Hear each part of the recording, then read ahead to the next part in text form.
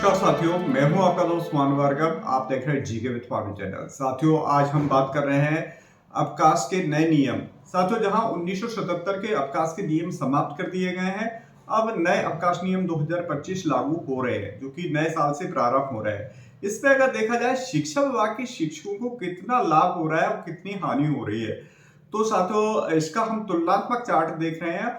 और साथियों, वीडियो को लास्ट तक जो देखेगा लाइक और शेयर करना नहीं भूलिएगा कि शिक्षकों को इसमें कितना नुकसान हो रहा है, कहां पर लाभ हो रहा है अन्य कर्मचारियों की अपेक्षा। जहां कर्मचारियों का अगर बात करें तो कर्मचारियों को काफी लाभ दिया गया है, उस एवज में शिक्षकों को कितना लाभ दिया गया है और कितनी कटौती हुई है।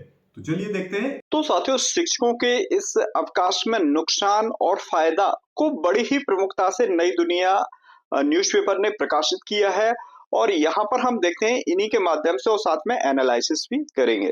साथियों, जैसे कि देख रहे हैं, नए नियम से 2.37 लाख यानी करीब 2.5 लाख शिक्षकों को 440 छुट्टियों का नुकसान होने वाला है। यानी इतनी बड़ी मात्रा में नुकसान हो रहा है, जहां जो लाभ दिया गया है उसके एवज में अगर देखा जाए तो फिर यहाँ पर शेष रहे शिक्षक कौन से हैं जिन्हें लाभ मिल रहा है, उन्हें इतना नुकसान नहीं है।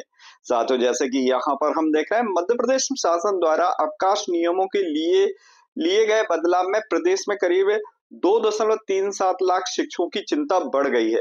नए आदेश के अनुसार वर्ष 2018 में राज्य शिक्षा संवर्ग में शामिल किए गए शिक्षकों को अर्जित अवकाश ईएल और अर्ध वेतन अवकाश की गणना अब नए जुलाई 2018 से की जाएगी।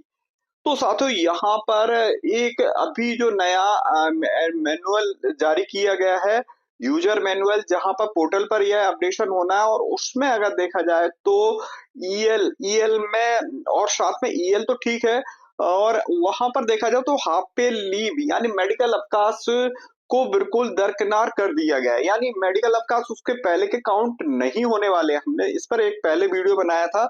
साथियों, जैसे कि अब यहाँ पर देख रहे हैं हम, जो कि अर्जित अवकाश ईएल एवं अर्ध वेतन अवकाश की गणना अब 1 जुलाई 2018 से की जानी है।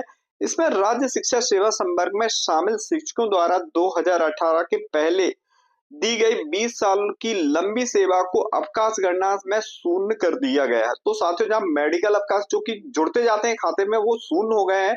अब मान लीजिए किसी शिक्षक का 2026 या 27 में रिटायरमेंट है या 28 में रिटायरमेंट है, तो उनके 2-3 वर्ष में अगर मेडिकल देखा जाए तो कुछ भी मेडिकल नहीं है, 2018 से काउंट होने वाले हैं।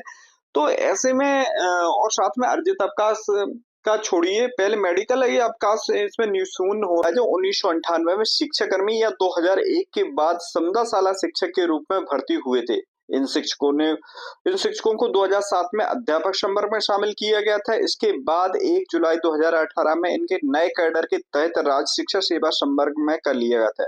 इससे नए संवर्ग में शामिल शिक्षकों की पिछली 15-20 साल की सेवा अवधि शून्य मान ली गई है।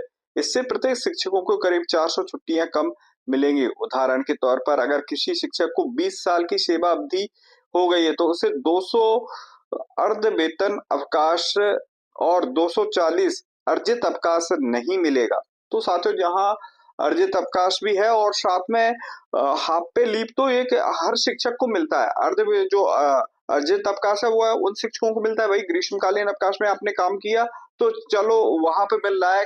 कई शिक्षकों का ऐसा भी था कि उन्हें अर्जित अवकाश की पात्रता नहीं थी, जैसा कि बार बार आ रहा था कि अब शिक्षकों को है। तो यहाँ पे हाफ पे लीव का तो बहुत बड़ा नुकसान होने वाला है शिक्षकों के लिए।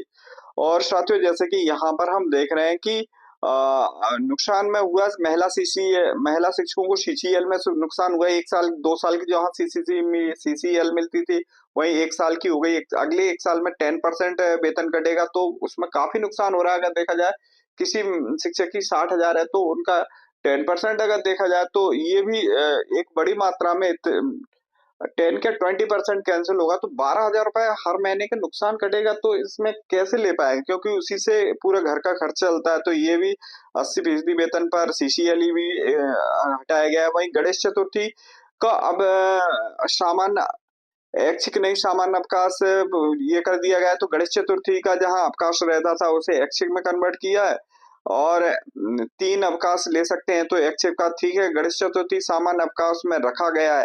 तो ये एक छोटा सा लाभ दिया गया है कि भाई, गणेश चतुर्थी हालांकि गणेश चतुर्थी को जो एक सामान्य अवकाश घोषित कर दिया गया है।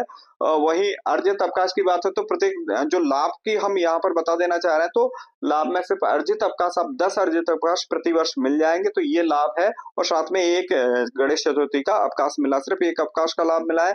वहीं 1 जनवरी से यह नियम पूरे लागू होने वाले हैं। 127 दिन के शासकीय कार्यालय नहीं खुलेंगे। वहीं 5 डे रूल्स वही रह रहा है, तो कर्मचारियों के लिए तो अच्छी खासा इसमें लाभ मिल रहा है, लेकिन शिक्षकों के कुछ जो नवीन शिक्षकों के लिए काफी नुकसान हो रहा है। साथियों, आपकी राय क्या है? कमेंट्स हमें जरूर कीजिएगा। इसी प्रकार के अपडेटेड जानकारी के साथ मिलते हैं।